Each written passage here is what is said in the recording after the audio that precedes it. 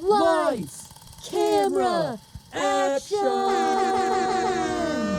We're shooting threes, just SMB. We're gonna watch and review film trilogies. It's all for laughs, so just sit back. We're gonna drop hella dimes on this podcast. We're gonna start the podcast now. And I have to remember the name of this movie is Before Midnight. They throw you off with They the throw M. you off with the Before Midnight. Yeah, We can talk about it. Are we talking about it? Yeah, let's say you're welcome, everyone. This episode is starting in media res. This is shooting threes. We're talking about the Before trilogy, which my friend last night referred to as the Before and After trilogy. I was like, I don't think that's the technical term, but No. I do like that. That is. I am Sarah Griffith. I am Bridgett Greenberg. We're people who watch movies. We are closing out this Before and After trilogy with Before Midnight, which, as I was saying earlier, The exciting conclusion. Yes, we have a Before S and another Before S, and now we have a Before M. Big curveball on the Before Midnight. But, you know, they covered sunrise, sunset. There's nowhere to go. What else? If Yeah. they made a fourth one, what would they have to call that? Like Before Noon? Because, you know, time wise. Maybe they would call it After. I mean, they always pick up 2 and 3 pick up like right where in the time frame of the day. Now, obviously, it's 9 years later in the grand scheme of times, but like hours wise, you know, true. This movie picks up late afternoon into midnight. There's just nowhere to go. You know, this is a perfect closeout. They've used up all the time. They used up all the time. We've had 24 hours. With we have watched a full season of 24 through the course of 3 films. through the course of 27 years. Yes. Really? Yeah. Yeah. There's 9 years in between each film. There are 3 films. Nope. 18. No. God, we're idiots. No, we can't let our audience know how stupid we are. Okay, the first one is in 95. 94. I would do better with this. And it was 94, and then this last one was 2013. Yeah. So there are 9 years in between each film. I was just going to do 95 to 2014. That's 19 years. Well, it is 94. So it's 18 years. Oh my God. Who's on first? I hate that I tried this and it failed and now we're here. Oh, Jesus. And now everybody knows we're dumb. I have never once pretended to be good at simple adding or any math whatsoever. So this is just, it is what it is. And it is a film by Richard Linklater. We are joined again by our cast of kooky characters. Our 2 lovers. Yes. Really. And also, so many more people, which I think a we should lot just go of ahead more and dive people in this, which I think is just, where they are in their relationship and their lives, and they've picked up people. I have a question. This being your first time seeing this movie, the first scene opens in the airport. Ethan Hawke is dropping off his son Hank, who we heard about in the second movie. What did you think they were still together? Yeah. Okay, you fully were like, he's going to see his mom, and she's waiting. This movie came out like not too long ago, and I do feel like I just knew that this is them together. Like, I kind of knew going into this movie that this is what it was. That the two of them are in a relationship and they have like a family. Right. Okay. So that was a little bit spoiled. Okay. Yeah, I mean, I suppose. Yeah, I'm not sure if that's spoiled, but yeah, I was just wondering because I remember opening that movie and being watching that scene and being like, but are they still together? Interesting. Yeah, no, for some reason I was just like, yeah. I assumed we would see her, but you know, I wasn't clear if they were married with children or. Right. I will say the very opening of this film with them at the airport, I actually got emotional watching. We get to see this glimpse of his life as a father, and in the previous film, he talks at length about how being a father truly has fulfilled him emotionally. He really does love his son. I think that's very apparent in the way that they're talking to one another. Yeah. Ethan Hawke is so good at playing a dad. He's such a good dad. Like, just I bet he's a good dad. Not like in a, get down on one knee, like, come here, sport, I'm gonna tell you a little something. But just kind of like, I am a friend and I am a caretaker. Yeah. Like in a cool dad way that isn't like forced or like irresponsible. No, he cares about the son. The son is like 13 and like is a little despondent to him in the way that a 13-year-old boy would be, but still like loved him. Picture of that. Yes, that really sweet moment where he said it was the best summer of his life, and Ethan Hawke was so happy. Yeah, it was so sweet. And he gets back in the car and talks about how. But before we do, what got me emotionally was when he watched his son go through TSA, and we see Ethan Hawke kind of react to the devastation of saying goodbye to his son. Right. Because for this film trilogy, we've seen, in the last film, infamously, he missed his flight. Like, there was no goodbye at TSA. And it's so, it oddly mirrors the finale of the first film in that you are watching a loved one go away from you. I mean, in this case, it's a little bit different because he knows he's going to see his son again. I mean, it's obviously not a perfect comparison, but like, I just thought it was nice that we opened this movie with this depiction of true love, but it's not romantic love. This is now the love between a father and a son. I also really like that we see glimpses of. I mean, we see glimpses of Ethan Hawke or Jesse's personality present day through his son, or trying to impart stuff on his son. Like when his son, he talks about wanting to see his piano recital and really wanting him not to quit soccer and all these things that make him happy, and still being the kind of young writer, artist guy that we know, being like, no, they teach you too much math and science in that school. You got to do your passions. Was really sweet seeing how he's like he's not literally a single dad, but he's like cool single dad energy. Like, he's still there's still that young Jesse from the first and I guess even second movies that we knew, but it's interesting to see how, as the movie progresses, how that's changed and stayed. Yes, not to like get too far ahead of ourselves because this is really getting ahead, but like something I enjoyed about this movie is like how my perception of Jesse actually kind of evolved, and how I feel like I know him a little bit better now.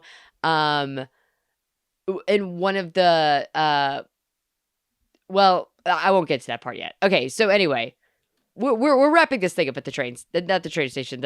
These going on this flight. I'm all flustered now. We go outside and we see there's Celine smoking and speaking French, which was, I just thought, a great depiction of a French woman. Yes. Oh, she is so French.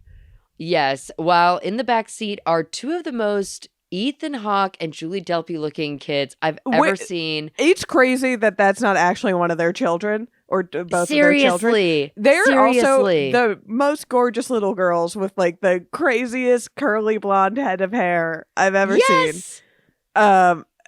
They're so cute. They are so cute.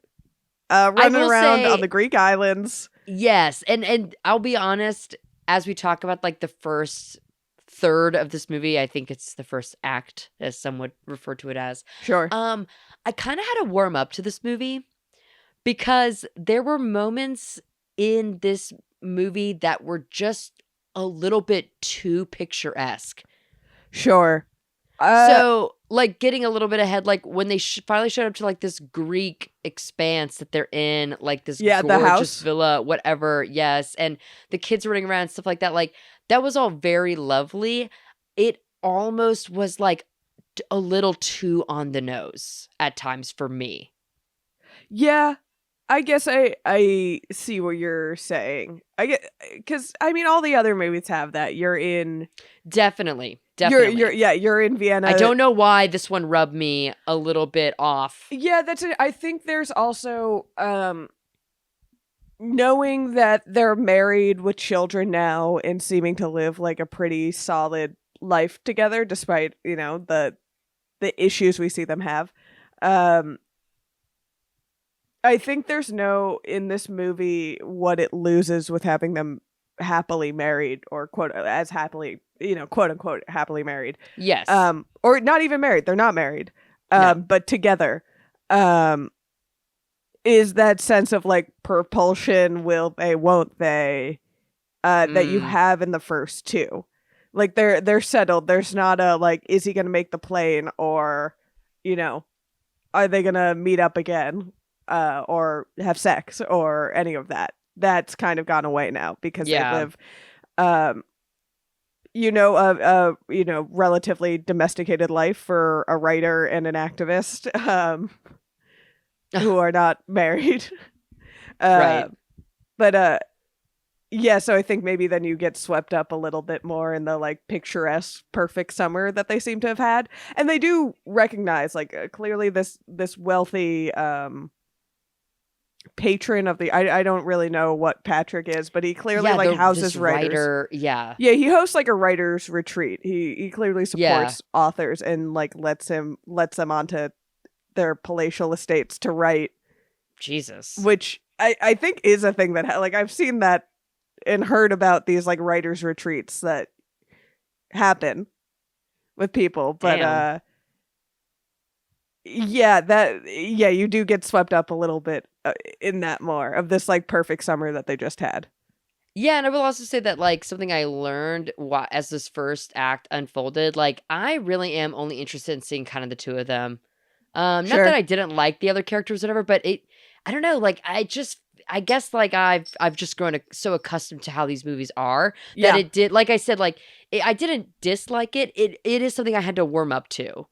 Sure. Yeah, I get that. I do like the conversations they have with the other couples and seeing them interact with other couples and other like mirror images of how they could be at different ages and stuff. And they seem like, and it also gives you a glimpse into like how what, you know, that Jesse has made art about their relationship that has become very successful. I'm glad they talked about that. Yeah, I mean, that's a big... They revisited that quite a bit, which I'm really glad that was brought up, because like, yes, that would be something you would have to talk about. It would be that there are now 2 books about their relationship, about, you know, the events of the first movie and the second movie. He has written books about both of them, and they are very popular, it seems. Yeah. So everybody knows his version, or some like fantasized, obviously, version of their relationship. So she walks around. And you know what?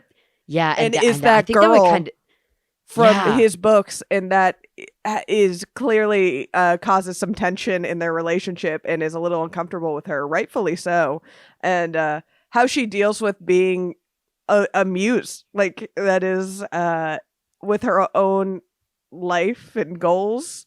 Truly. I mean, imagine that your relationship is on public record, but the only record that is public is your boyfriend's, and you don't get a say. Yeah. And even if the depiction is lovely, which I'm sure it is, like, still weird. There's something about that would make me uncomfortable. She says, now everybody knows what it's like to have sex with me. Truly. And that he just wrote about, like, they stayed at her apartment and just banged for weeks. After, which is what we all figured happened.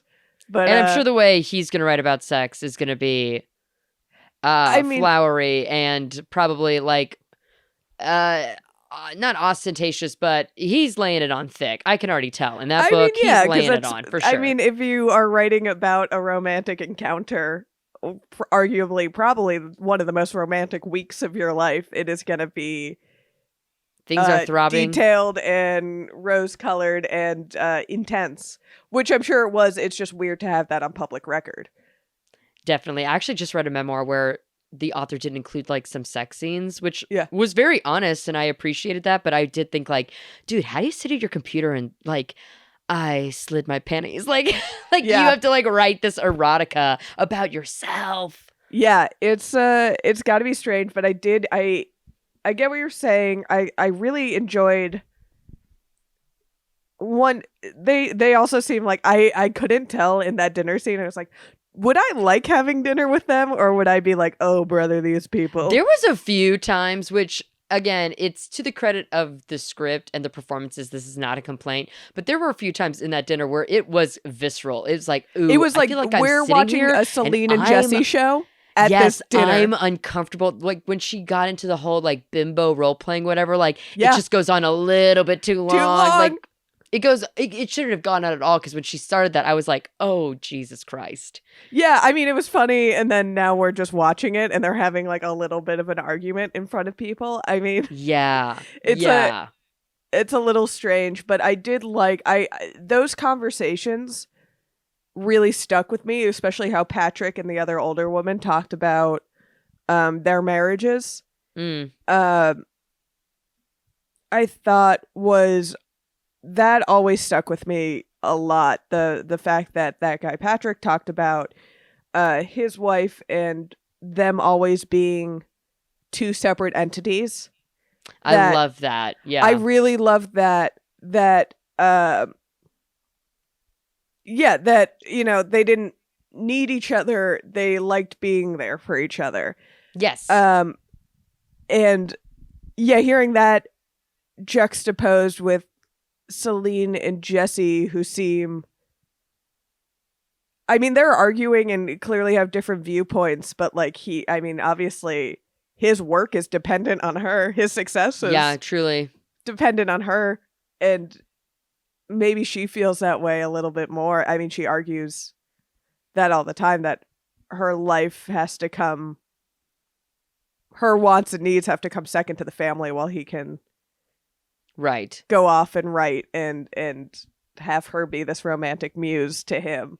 Yeah, so I want to kind of introduce this idea that the movie, there's something that struck me about this film that we start to see. We actually kind of skipped over a little bit. That scene in the car where the two of them are talking, and it kind of introduces like the cynicism of Celine.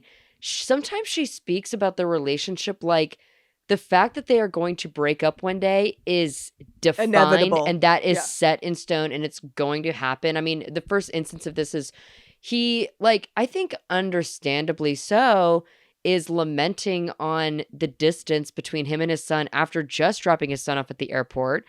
Yeah. And that's when she first immediately says, like, this is the start of us breaking up, because you're going to want to move to Chicago and I don't want to move to Chicago. Which, as I was watching it, I was like, that's okay. That's like kind of a big jump in this conversation. And then it comes up again. The tension, dinner, like she just says it out loud, like, well, we're probably gonna break up because, he's gonna want to move to Chicago. I don't want to go. It's like, okay, she's like very convinced that they are going to break up at some point, and it's not a matter of like, if we're gonna break up, it's okay, let's just find the thing that's finally gonna drive us apart. Yeah. And it's like she decides that it's this. Yeah, that is interesting. I think she is still maybe even in that self-protection mode that we talked a lot about in the second movie, where she's also they're still not married. I guess that's a central tension of this movie, is like, even though they seem to have this happy life in Paris, I mean, there is still a lot of tension in that relationship, because he uprooted his life. I mean, he rightfully is like, I kind of blew up my life to stay with you, and move to Paris and move away from my son, and now I only get to see him. Like, it's tough because he has valid points there. He does. And I think this is something I appreciated about like a lot of these conversations, is that both of them were right and both of them were wrong. Yeah. No, it's very true to, yeah, it's very true to like relationships. And I think that is the central tension of this movie, is that there is this like insolvable problem of their relationship, was that they were like essential strangers who met, they had separate lives, and then they decided to take a risk and, live and create this life together. But that's still a risk, and the ripple effects of that risk that they took ring throughout their relationship, however long it's been. Yeah. And since we're on this, So I mentioned like my perception of Jessie kind of evolving throughout this film. You know, for her, oh, it's so romantic. He cheated on his wife. He ran away to a whole new country to be with me, you know, la-di-da. Okay, but what is stopping him from doing that again? Sure. Because I mean, he even has a better pull to go back. Yes. He has a son. Yes, and jumping way ahead later in the film where Jessie definitely had sex with that girl. Are you kidding me? That Emily girl? Like, yeah. He couldn't answer the question directly. Oh, he 100%. It was a yes or no, and he couldn't answer it. Yeah, so of course he did. He Again, did the that sneaky moment, answer. Yes, in that moment, I thought, you dog, you would cheat on the mother of your children, but he did that before, and I was rooting for him to do it before. I think that's also like, they're not married. That's a strategic decision. I kind of feel like that's on her. I think he would want to get married. I have to believe that. Part of me believes that's her decision not to get married. She's a Sagittarius, so that checks out. that checks out. Okay, good. And I think he has always been that dude who like doesn't see himself as a monogamous guy, or doesn't see himself in a necessarily he's kind monogamous. Of full of shit in those ways. Yeah. Yeah. And like, you know, he's a bit of a dog. They talk about it throughout the movie. Yeah, and I think I don't know if that's, I think that's just a problem in their relationship that they like choose not to address, because it has to probably reflect on her that she is the other woman too. And she knows that, and she's clearly uncomfortable with that. I mean, I do love the relationship that her and his son clearly have. Yes. I love that so they're sweet. Like friends and nurturing. And he confides in her about, you know, kissing that girl and why it was the best summer of his life. And that was very sweet to me, where she was like, you know why he said that. Yeah, I even like that they've developed this off-screen relationship with his Hank's mother, and the tension between Celine and her, and like, you know, Celine is kind of the one that's like, yeah, well, like, obviously she doesn't fucking like me. Are you kidding me? Right, of like, course she doesn't like me. Of course it's weird. Like, and Ethan is trying to like be, and Jesse's trying to ease that or be nice, but it's not being helpful. It's very in like a very very dude way of like, well, can't we just get along? Yes, and can't you just ignore the chaos I caused? You literally ran off to Paris with a beautiful woman, and you abandoned your wife and son in America. Yeah, dude. Like, on the other end of this, you look like a shithead. Yeah. Sorry. Yeah, no, of course she fucking hates you. Of course. And doesn't want her son to move to Paris. Oh my God, can't you imagine the mom, Hank's mom, like when Hank is away in Greece for the summer? Oh my God, I'd be so disgusted. I'd be with my friends like, yeah, and Hank's over there with his father. Guess where they are? In Greece, fucking Greece for the summer, and they're frolicking in the fucking ocean, so happy they're eating having this feta perfect cheese. Oh, I would be. Wouldn't you? If this was your friend, wouldn't you be like, he's a fucking bastard. Yeah, we should go to Greece and just ruin their summer. I have a family friend who, long story short, divorced, and his kid's stepfather wound up being like a super duper wealthy, powerful guy. And he one time vented like, what do I give my son for Christmas? An iPod? He literally has every new iPod he wants. Like, I can't compete with what this other guy could give my son. And I feel like Jesse is like such a cool dad. Like, yeah, we're just gonna spend 6 weeks on holiday in Greece, blah, blah, blah. Like, on the other end of that, I'd be like, oh, fuck him. Yeah. Oh, totally. Fucking that French girl. Yeah. What did you Jesse's a bastard. Yeah, but he's just like overly romantic, which is not what he would have thought of himself in the first movie. And not like they truly did switch, where she's a little I mean, she has a lot to be angry about, to be fair. Or not a lot. Like, they both, again, it's tough because they both make valid points. Like, he wants to be around for his son. Truly. And she doesn't want to uproot her life just because he chose to do that. I mean, she asked him, but, like, he still made the choice at the end of the day. Yes. He could have left. Yes. she would have moved on. Yes. Or not moved on, but like she would have lived a life. Settled. Yeah. She'd be with somebody else, or not. But either way, like, Yeah. What did you think? What did you think of the ahead. young couple? I thought it was really funny, the mirroring of the young couple with the older couples and like kind of how they used to be. I was more aghast at the Greek pronunciation of Achilles. What were they calling him? Achilles? Yeah. Achilles? Something like that? I don't know, but I had the subtitles on, as I always do, and I was like, oh, is that how the Greeks pronounce that? Yeah, okay. It was just funny because they were so young and cute in comparison. Yes. And like in love and gushy with each other. I thought the conversation about the quote unquote systems that they have for arguing. Yes. Was very funny. Where the other Greek couple was like play fighting with knives, like we're getting frustrated in the kitchen with each other and we're like wrestling over knives, and they called them, that's how we work things out, that's our system. Celine calls that a relationship. Right. Like, you mean a relationship? And then she asks the young couple or the young woman what their system is. She makes a blowjob gesture. And I was wondering if you were going to say that out loud. We used to have that system too. I thought that was just a very funny. No, very cute. They're very cute. It's fun. Yeah, and then the old lady talking about the older lady talking about her dead husband and kind of like having a hard time starting to like forget some features of his and like trying hard to remember, and like just seeing the different ways all these relationships play out in juxtaposition to the 18 years we've seen this relationship play out. I just thought it was really interesting. All those conversations just really stick with me of like, there's not one way to have a relationship.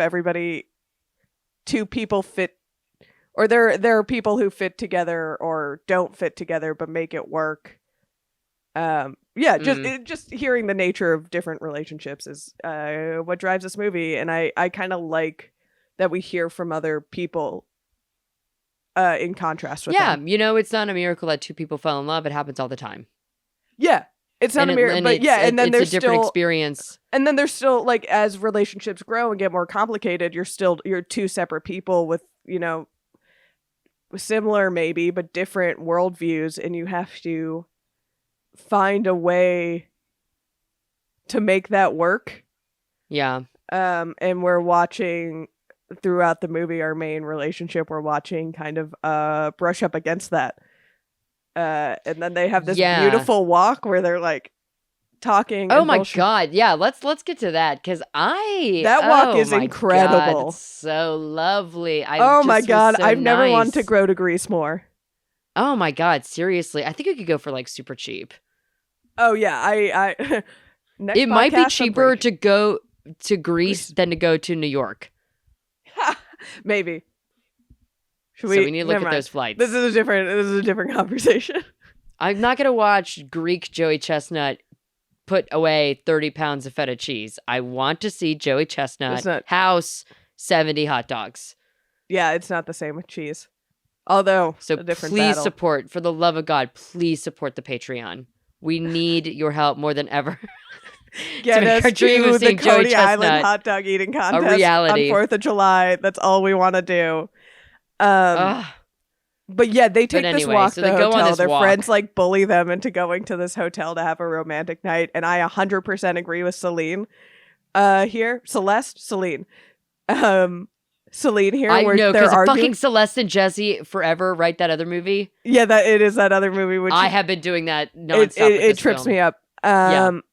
But you agree that with Celine when she said there was a perverted gift?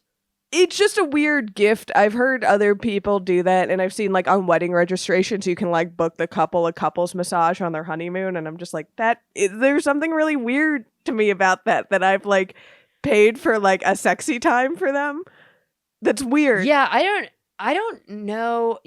Okay, the hotel I think is obviously a very nice thing to do, especially with kids on a vacation. That part, like, I don't think that's. I think that's actually really nice. Like, that's a very nice gift. That is nice because, like, you can instead, like, even if you don't bone, just like take time away from the kids, you're away from yourself, the kids, and enjoy your vacation and have a moment to enjoy your summer. You've been with your kids all day, like, be just with you two. That's fine.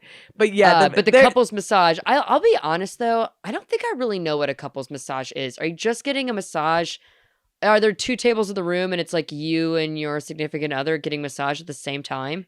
Yes. I've never had a couples massage, but that is what the pictures on pamphlets suggest. That's like my imagination of what that is. Yeah. And to that, I don't is that hot? There's something, it's supposed to be like romantic, but a couples massage in general is a strange idea to me because there are two other masseuses there who you're paying to be and there. That's the thing. So you're just like naked together with these masseuses. Like, it's just weird. Massages are private. It's like the masseuses are doing the foreplay for you. Yeah, it's like they're getting the body all warmed up. So you're adding another, in this case, two people to the equation, which, like, sure, if that's your thing, that's your thing. But it's, I don't know. There is a like the larger context. I'm forgetting the word I'm trying to say. Is supposed to be this is a sexy time, but yes, and I think that just makes the whole thing weirder. But you know what? They're European. They're European. They're very European. That couple Greek. is like so horny. Oh my God. And I'll be honest, that was kind of one of the things that I was like, you know what? It's a little on the nose. Yeah. It's a little on the nose for me, actually. I get it. I get it. If someone sends you to a hotel room, again, it's nice, but just like thank them for the time away. You don't have to be like, and you're going to go bone in there, right? We're paying for the place that you're boning. There's something very weird to me about that. I don't want anybody to know that I have sex. I mean, of course not. I can't think of anything worse. Yeah. Ugh. But the bottle of wine, though, nice. The bottle of wine's really nice, and they are right. They like, Celine didn't really want to go to the hotel. She's like, I don't want to deal. We have to pack tomorrow. And they kind of like were like, no, you must do this. Which, to be honest, I thought was like beyond what they were simply talking about. The fact that she was like, I don't know, we're gonna go to the hotel. I was like, oh, there really is trouble in paradise. Yeah. Oh yeah. She did not. These are two people who literally gave up like whole days to be with each other earlier. Yeah. And now it's like one night in a hotel. It's like, I don't know. We don't have to do that. Yeah, because we're gonna have to talk to each other and talk about some stuff, especially like you were so sad to say goodbye to Hank, and she probably feels a little guilty about that. He probably knows that to some extent. Yeah, it's a fraught situation, but they're like, no, but enjoy the walk. And then they go on this incredible walk from wherever this beautiful compound is to this beautiful hotel, along these Greek ruins that, oh man, I want to do that. Just lovely. But we're getting classic Jesse, Celine, tete-a-tete. That walk, very classic, before sunset, before sunrise. Oh yeah, we need it. We need. That's why we needed here. that. We needed that. Yeah, for sure. Where she's talking about that's why any woman who's a role model is so much older. Like, young women don't have much to look up to because women have to stay back and raise a family and do all these things before they can move on and be successful. And she's like even afraid to call the job that she is offered a dream job, that she wants to like go after and possibly break up with him over. But yeah, I thought that was really interesting. Just the young women don't have role models their age where men get to, because they get to fuck off and accomplish their dreams while women have to stay back. And then Joan of Arc. Oh yeah, got lit on fire and died a virgin, so no one wants to be Joan of Arc. Was also like 14 though, so I'm glad she died a virgin. Yeah. It would be. I'm sure that's an upsetting story if she didn't. I also appreciated that they kind of touch on this a little bit in this walk about like how they've gotten older and like kind of this age old conversation that people have of like, are you still attracted to me? Are you attracted to me as I am? Are you attracted to this memory of me because you remember me when I was hot? Right. I thought that was quite enjoyable. I thought she was good. She's still hot as hell. Oh, gore. Oh my God. She is absolutely, and maybe it's a Parisian woman thing. She got hotter. Yeah, and I respect that her body changed in this film compared to before Sunrise Sunset. Well, she is they're both because she's a mother. She's like of in course real her life, body Julie changed. Delpy had children. Yeah, they all had children at this point too, which I think obviously. But helps make the so whole thing easy in another movie to be like, you need to change this before we start filming, but keeping that because that's just that's true to a woman of her age, of her life experience, and yet her face still like not a line on it.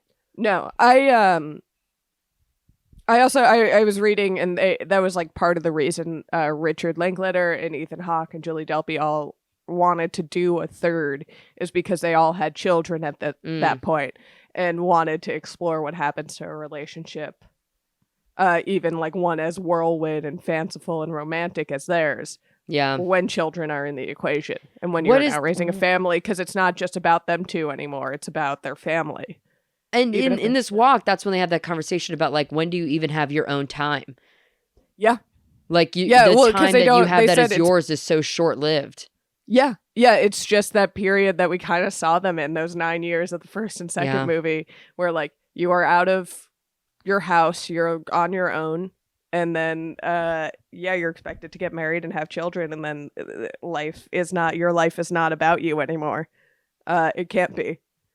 And right. they're even talking. They talk about that with Hank. That's why Ethan Hawke wants to spend more time because his son has like those last couple of years where Hank feels like his,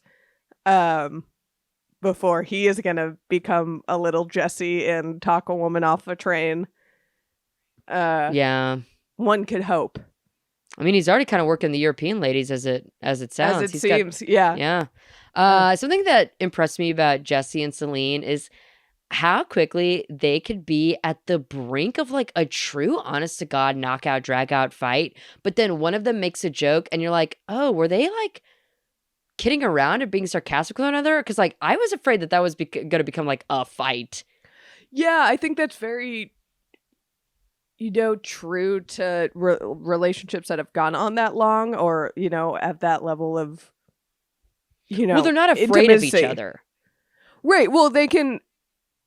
Yeah, they can fight, but they've had enough experience together or know each other well enough that they can like needle each other out of the fight and then get back to. They do know how. That is a great way of putting it. They do know exactly what to do to maneuver themselves out of the maze out of the fight, about to be a fight. Yeah, I think both of them want to have sex in that hotel room, and want to be romantic and have this nice night, but they are in the middle of a deep conversation, and then one tries to be like, let's just have a nice night, but then they get pulled back and forth. I think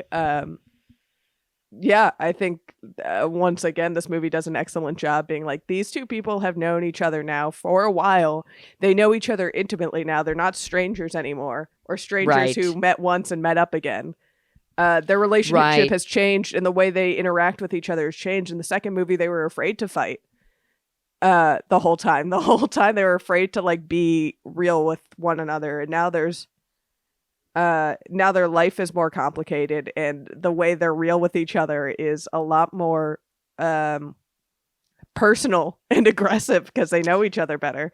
Yeah, and you could tell that like these are two people that obviously they don't have the same amount of time to talk because of the kids and their other life obligations. I will say, though, for people who don't get to have these deeper conversations as often as I'm sure they'd like to, I think they're both very well-spoken and they're very good communicators. They know exactly like how to, it's remarkable how they are so, there's such a transparency just to be able to say, listen, this is just how I feel.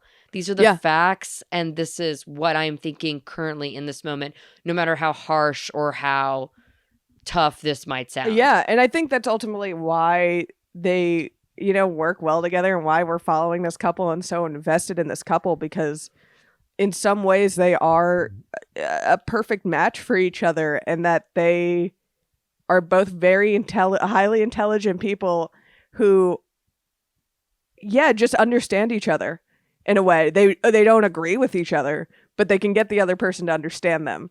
Yeah, there's a real trust. True, honest to God trust that I know I can say this thing and you're not going to like jump off of a fucking cliff. Yeah.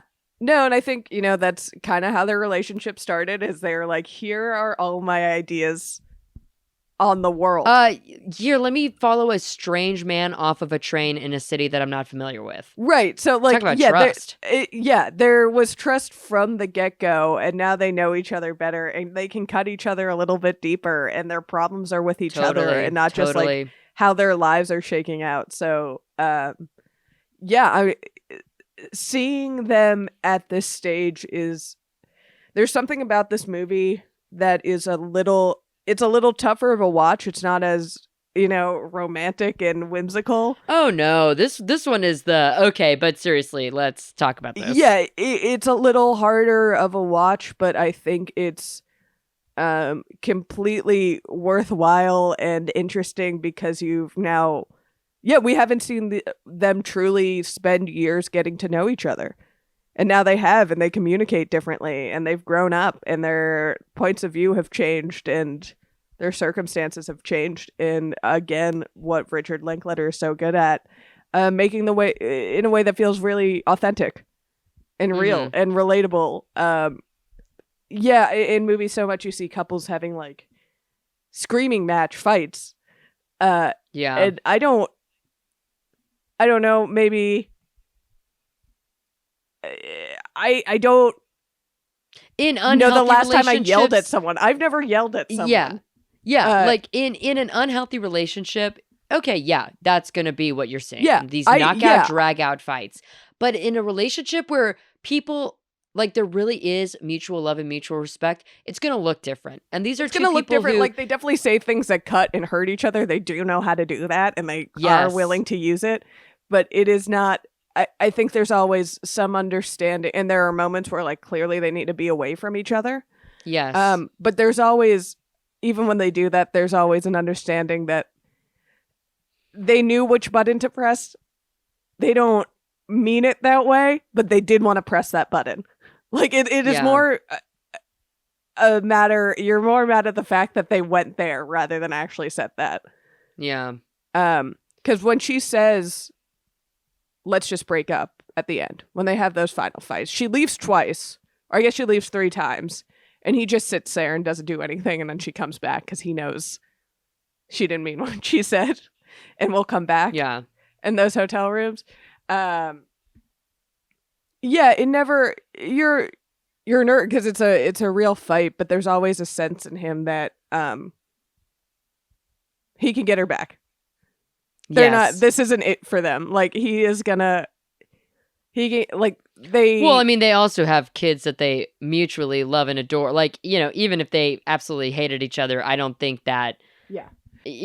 That's a different relationship, and that adds something to the relationship as well, that it's not just, oh, we love each other, we're so committed to each other. It's like, yeah, we have physical breathing manifestations of how much we love each other and how much committed we are to each other. Sure. And I think there is I think there are still moments where you bump up against things and you do, like, for a moment hate your partner and really want to never see their face again, but there's always a point of connection that those two...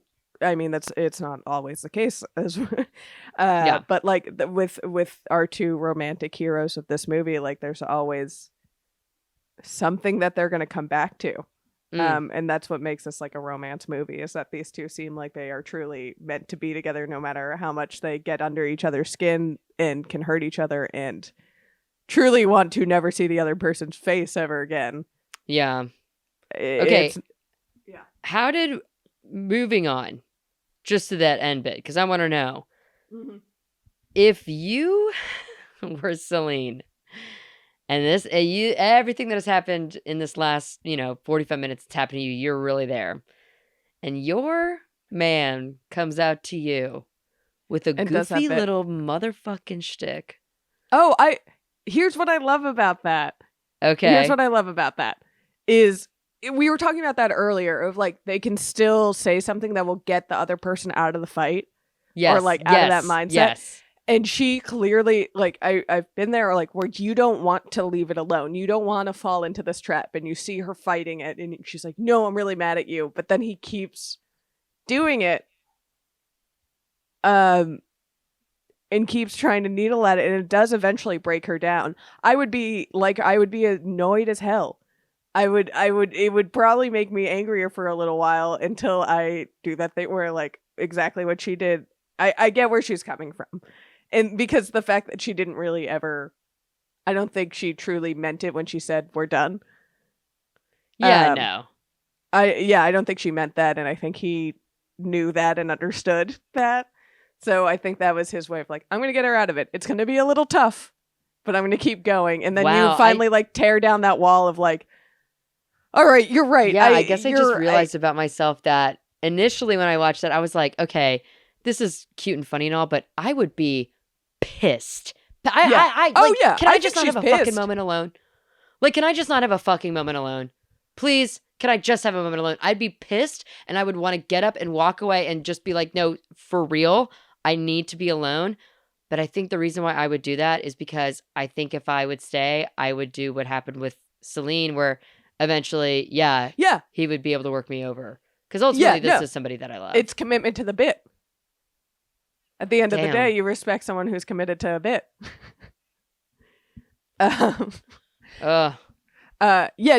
think you would be, and she is mad. And I think ultimately she realizes like, no, she does want this guy here who is trying to win her back and loves her, and they have this connection. Like, I do think that like annoyingness is ultimately going to win you over, because that is part of the reason they... And the time trap, the letter that he improvised like out of nowhere, that was very sweet. What he said was very sweet inside of that. It was kind of a very truthful place. I will say, I think for me though, what throws a wrench into this finale, which I do truly love, when you bring up the fact that he had sex with another woman. Oh, the fight's not over. And then he says like, you know, all this bullshit doesn't matter, whatever. Like, he keeps trying to, like, not say, yes, I cheated on you with another woman, sure, you know, whatever. Yeah. But that is, to me, I don't know if I can go back to the hotel room that night and have sex with that man. Sure. I also think there is something... I don't know, because she calls him out on it pretty aggressively, but clearly she knew, she didn't talk about it. It made me feel like there's something unspoken that they do need to work out in their relationship where it is somewhat open. Or like, because she knew about it. Kind of sound. Yeah, she knew about it, but she knew about it even before she brought it up. So she didn't want to confront it until it became useful to her in a moment. So I think there is still something like unspoken that they need to work out in the relationship of like, are they having sex with other people? I think it's still an argument that they haven't had. There's still a lot. Then he accuses her of blowing that guy. And maybe I'm off base, but I've never heard of a woman cheating on a man by blowing another man. I don't really think when a woman wants to cheat on her husband, she sucks another man's dick. Yeah, they talk a lot about that she gives like she's a throat goat. Yeah, like they talk about her blowjobs like throughout this film. Like, has this been a part of these movies? They talk about it like it's a very dick, I guess. They talk about it like it's a very French thing.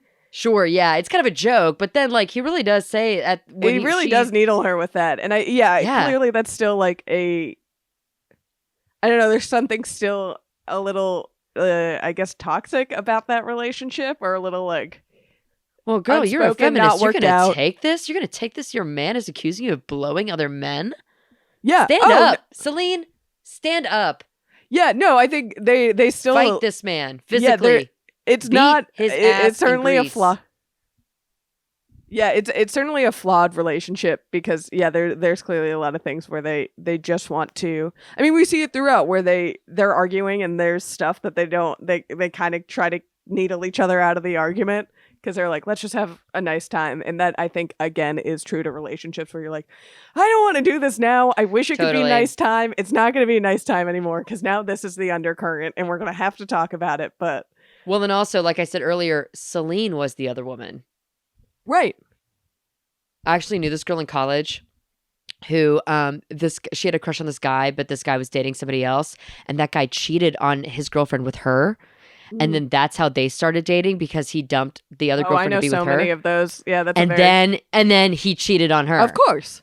And then this girl I knew was like all upset about it, but I was like, honey, this is how you two started dating. Yeah. Cheaters cheat. Yeah. Sorry, Jesse. You're a dog. You may be a great writer, a beautiful man, a gorgeous Most great father, writers are dogs. but you Male are great a writers. damn dog. And to be fair, Celine, at moments, I'm not going to use the word crazy, because God, I hate it when people describe a woman as being crazy. But she also, like, at times, I did want to be like, okay, Celine, why don't we touch 5 things next to us? Count to 4, breathe in 3 times, smell 2 things. What's the descale technique count to of 10, anger management, whatever. Like, I think there were other times where, maybe a deep breath, a deep cleansing breath, Celine, before we start to talk about moving to Chicago. Yeah, a quick count to 10. I think you get wrapped up in that, especially when you're in a fight and you're using, and people are throwing any grenade they have to hurt the other person. That person's gonna win sometimes and get that like blow up reaction out of you. I don't know if that's winning. Nah, well, it depends on the circumstance. I will say, when they were about to get it on in that hotel room, very hot, the 2 of them. Oh yeah. Very explicit for these movies that have been otherwise kind of chaste. There wasn't any kissing in the last one. Yeah, I don't think they kiss until there's no kissing. Not in the second one. No, Isn't they don't. Like the famous thing? So they're married now, and clear, like, we know they've been intimate now. We see they have nothing like to hold back anymore. No, I'm saying it's hot to see 2 people so attracted to each other like that. And also for the audience, like, not that I've been like waiting to see it, but like, it is a little bit like, oh my, it's so nice to see the 2 of them just like freely being able to be with one another, and like, oh my God, it was so hot. Like, the whole thing about like, I can't wait to wake up next to you tomorrow and just listen to you think. That is sexy. That is sexier than anything we saw in 50 Shades. Christian Grey doesn't have game like that. That is hot. 100%. It's nice to see them not. I think that is a little bit of a catharsis we get in this movie, is that they don't have to like be afraid of each other anymore. Yeah. And I think that is what ultimately makes this movie interesting, is now we see them and they're, like I said, there's nothing to hide or hold back anymore. And that's why this movie is a little more vicious than the others. I mean, it kind of almost feels like an epilogue versus a third in a trilogy. It's like we got the whole story, and then this is like the extra chapters at the end of a book. Yeah, I do think they're necessary. I do think absolutely. I think it is a necessary bookend for these movies, is to see, what happens. I think these movies were trying to be really realistic with how, I mean, again, it's kind of a fanciful dream of a relationship starting, or 2 people connecting, but I think these movies always needed to be grounded in reality and authenticity, and nothing's more real than when you've been with someone for 9 years and you're in a fight and everything about them, and there are real issues to be worked out, and you still love that person and have this deep connection, but you have some shit to say about them. I will say, not that I was ever in doubt, but I am glad that they are together at the end of this ultimately. Cause, it would have been, if it would have torn me apart. I mean, I do think, well, I think that would have been insulting to the story that we built if it like seriously just dramatically walked down, that was the end of it or something like that. Like, because you could even extend this and say, well, maybe this is the beginning of the end of the relationship, and maybe it's like, I sometimes describe it as like landing a plane. Some relationships really do just end because it's like, that's just the end of it. And like, honestly, there is still that possibility for the 2 of them. Like, maybe a few months after this, they do kind of start to drift apart and whatever. But at least we know the terms and we understand. And like I've been saying, like, both of them are right and both of them are wrong. And, these are fundamental. Exactly. These are fundamental differences that they're either going to have to like compromise and get over with, or, I mean, yeah, maybe there is like some time apart. Maybe there is a little bit of this or that. But ultimately, these are two people who are soulmates. I really do think that. Yeah. I think as, romantic, like we've been saying, as romantic and exciting as these movies are, the heart of them is a real relationship. And yeah, that moment, that final shot, again, beautiful shots in this movie. I even like the indoor scenes when she leaves him alone in the hotel room. Yes. But when they're at that outdoor cafe on the water and they're not talking and they're just simmering and like, okay, this is over for now. There is still like to be continued. This is like what we needed to see as an audience to like put a cap on this relationship. But like, yeah, their problems aren't done. It's not happily ever after. Right. They're still gonna bump up against each other and have these conflicts, and whether they stay together is still something they have to forever is still something they have to talk about, and their relationship is going to continue to evolve and grow, and you have all of that in that kind of silence that we leave them in. And it's beautiful. Oh my God. With the scene where they're watching the sunset. It looks, oh my God, so I'm gorgeous. My God. I'm running away to Greece. But yeah, let's wrap up with some final thoughts. This is the end. You've seen the Before trilogy. Give us, can you rank them? Overall feelings? On this movie and the trilogy as a whole. This is a positive take from me. Some people would hear this and think I'm being derisive. I'm being serious. Watching this trilogy has kind of felt like walking through every exhibit in a museum. And I've really gotten to take my time, and I've really had the opportunity to like walk as slow as I want to, stop and look at paintings as I needed to, and moving on. And it took a while to get through.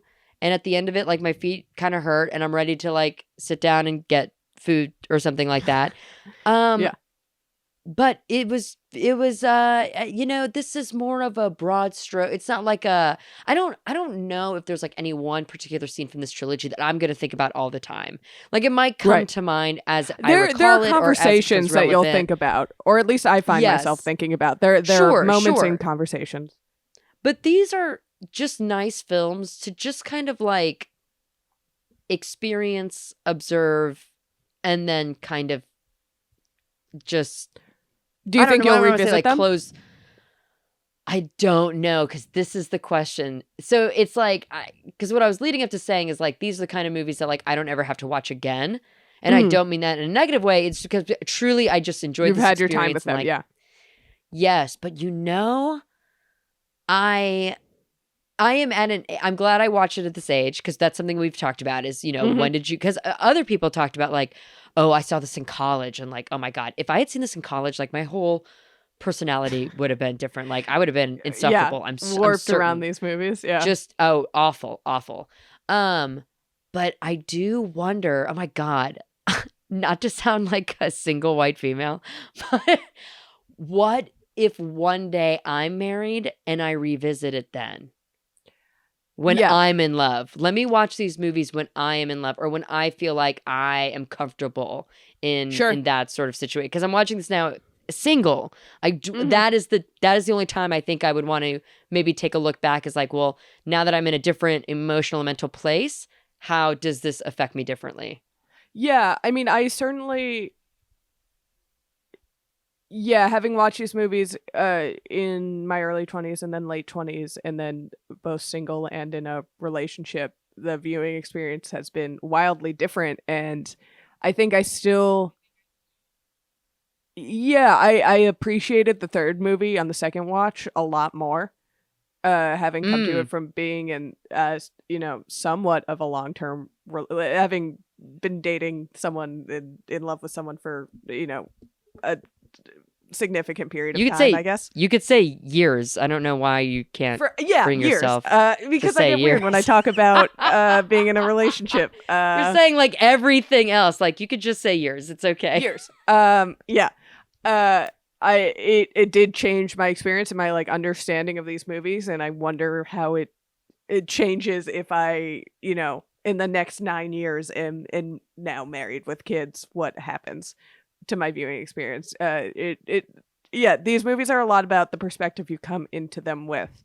And I think that makes them really interesting pieces of art. I think, art is always like your experience of art is what you bring to it when you view it or experience it. And this movie has a very like visceral connection to like where you are in your life. And what better director than Linklater to tell that kind of story? He's really incredible and makes these beautiful films about just changing and growing and the experience of living a life that we're like, and the true magic and mystery of time. And not like in a Christopher Nolan, like, let's think of time as a concept, but let's think of time as a real, factual, and we cannot avoid it, and it controls every single aspect of our life. Also, we can't avoid it. We can't manipulate it. We're going to change our experience of how we move through it. I mean, they talk about it a lot throughout these movies of like, this period of time seems so long, and then you look back on it, and it's a blink, and now...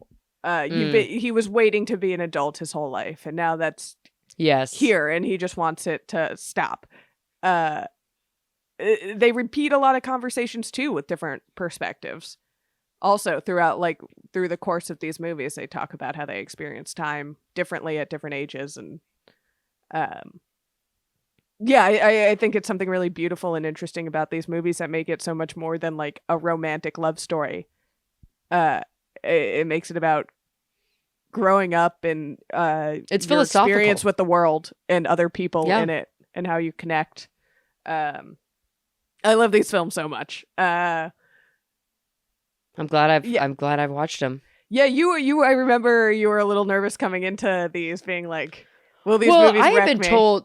Because I had been warned. I mean, literally, when I told one of my friends that I was watching before Sunrise, they were like, "Oh, be careful." I was like, "Oh, fuck!" Like, really? But no, I didn't. I did not. This did not send me spiraling into some like. No, I don't. Yeah. I was like, I'm okay. Part of me was glad I did not watch them with my boyfriend. That's always stressful. Yeah. I think you don't want to put yourself in that situation. Especially this third movie would be stressful when they're arguing a lot more. When they're arguing, when it's a movie about a couple who are clearly on the brink of an argument throughout the movie until they actually argue, and it's very intense. So the other movies might have been just like a nice romantic thing, but I don't think I would have thought about them as deeply as I did. Yeah, date night isn't going to the theater to watch Marriage Story. Yeah. Yeah, definitely that.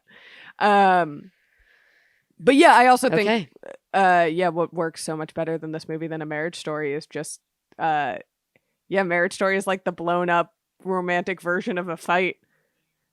And this is like how Marriage Story is very I think Marriage Story is also very one-sided. Sure. And I feel like this feels like I understand both of these people's perspectives equally, and they're respected both. Yes, absolutely. Yeah. Anyway, but that's for our Marriage Story cast. Sure. Do you have a ranking of these three? No, I don't know. They're really hard. They're hard to rank.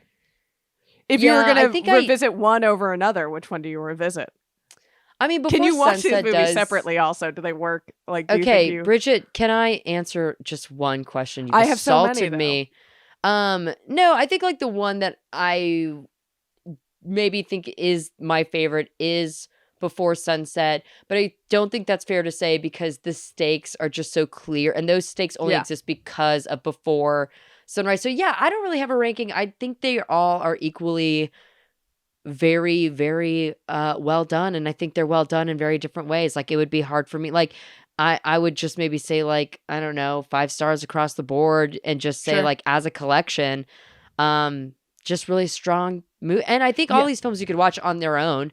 Don't get me wrong, but just 1, 2, 3. That's it. It's a 3-way tie for gold. Yeah, I think I think I say 2 is my favorite when asked, just because that is the one I think I would most readily revisit and the one that feels the most exciting to me. It gave me the biggest emotional response. I will say that. Definitely. Yeah. The stakes are a lot clearer of that movie. It functions like a standalone film even better. But I don't think there's a world in which you just watch one of these movies and you're like, that's good. I think if you come to any of them, you're going to be like, well, I'm going to watch the others now. Oh, yeah, of course you have to. Yeah. But yeah, good movies. End of trilogy, our 3rd trilogy. Yay! I think that's a big one. Can we talk about action-packed, exciting, full of laughs, lots of explosions. But can we talk about the next one we're going to do? Are we going to drop it? I think so. Why not? Okay. How do you? I think we have always just gone into it. So do we decide? How do you want to drop it? Do we say it at the same time? Then maybe okay. No, then maybe we don't drop it. Maybe we'll save it. I'm just excited. I'm excited to watch these movies. Yeah. Here's a little we're gonna hint. keep you guys guessing. We're keeping you on your toes. I'll give you a little hint. I don't think anyone will see it coming. No, but it's gonna be cute. Yeah, it's gonna be drop cute. Your guesses. Drop your guesses in the comments. I guess. Be so cute. Let us know. And as always, let us know what you think we should cover. They all go into a list and we'll get to all of them, but we do like keeping you guys on your toes and doing the unexpected. And doing something so cute. Watching a cute movie, cute with cute in it, cutes.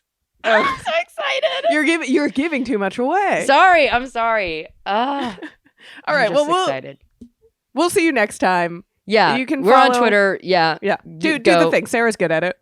@SK_Griffith. Bridgett tweets. That's 3 T's in the middle of that. Our Patreon. Thank you to all of our beautiful patrons. If you are like, damn, I just love these shows so much, you can become a patron too. Anytime, any place, anywhere. Well, not any place, but at our Small Beans Patreon. And drop a rate, review, and subscribe to the Small Beans Comedy Cast in your podcatchers. And have a great day. Have a great day. Yeah. Yeah, have a good one. Okay. That's it. Goodbye. Au revoir. This has been a Small Beans endeavor. We're a bunch of pals who make podcasts, sketches, music, web series, and movies. The Beans always have new ideas percolating, so make sure to check us out at patreon.com/smallbeans. That's patreon.com/smallbeans, where you can browse all of our current and past content, see what we've got planned in the future, and learn how your support can help the Small Beans grow into huge, giant monster beans. If you enjoyed this content module, please like, rate, subscribe, or tell a friend about us. We love you.